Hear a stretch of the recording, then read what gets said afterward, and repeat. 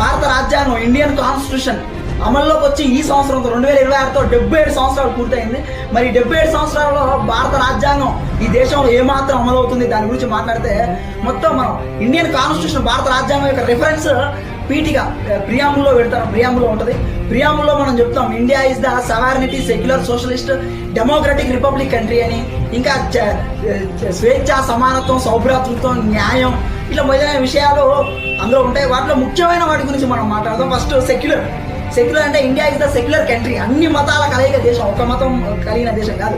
కానీ ఆర్ఎస్ఎస్ వాళ్ళు చాలా సార్లు సెక్యులర్ సోషలిస్ట్ అనే పదాలను రాజ్యాంగం నుంచి తీసేయాలని చెప్పి డిమాండ్ చేశారు. బీజేపీ కూడా దీనికి సపోర్ట్ చేసి, ఎందుకంటే అక్కడి నుంచి వచ్చింది కాబట్టి బీజేపీ కూడా సపోర్ట్ చేసింది దీనికి. మన దేశంలో ఏ పొలిటీషియన్ కూడా మతాల మధ్య కల్లోలాలను సృష్టించాలని ఏ పొలిటీషియన్ అనుకోడు. కానీ మొట్టమొదటిసారిగా మతాల మధ్య కల్లోలాలను సృష్టించి రాజకీయంగా, ఎందుకంటే మెజారిటీ పీపుల్ దేశంలో హిందువులు ఉన్నారు కాబట్టి హిందువులు ముస్లింలు మతాల మధ్య కల్లోలాలను సృష్టించి రాజకీయంగా ఎదిగిన నాయకుడు ఎవరైనా ఉన్నారంటే నరేంద్ర మోడీ గారే, ప్రధానమంత్రి నరేంద్ర మోడీ గారే. రెండోది డెమోక్రసీ, ప్రజాస్వామ్యం అంటే కేవలం ప్రజల చేత ప్రజల యొక్క ఓట్లేయడం మాత్రమే డెమోక్రసీ కాదు.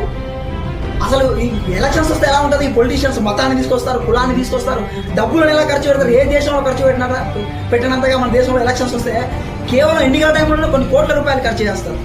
సో ఇవన్నీ కాకుండా కేవలం అసలు మనం ఎందుకు ఓటేస్తున్నాం, ఎవరికి ఓటేస్తున్నాం, దేనికోసం ఓటేస్తున్నాం, ఈ ఓటు వల్ల మన రాష్ట్రానికి ఏంటి, మన దేశానికి ఏంటి, మనం కట్టే పన్నుల డబ్బులు ఎక్కడికి వెళ్తున్నాయి, మళ్ళీ మన దగ్గరకు వస్తున్నాయా లేదా, ఇవన్నీ ఆలోచించి ఓటేయడం నిజమైన డెమోక్రసీ.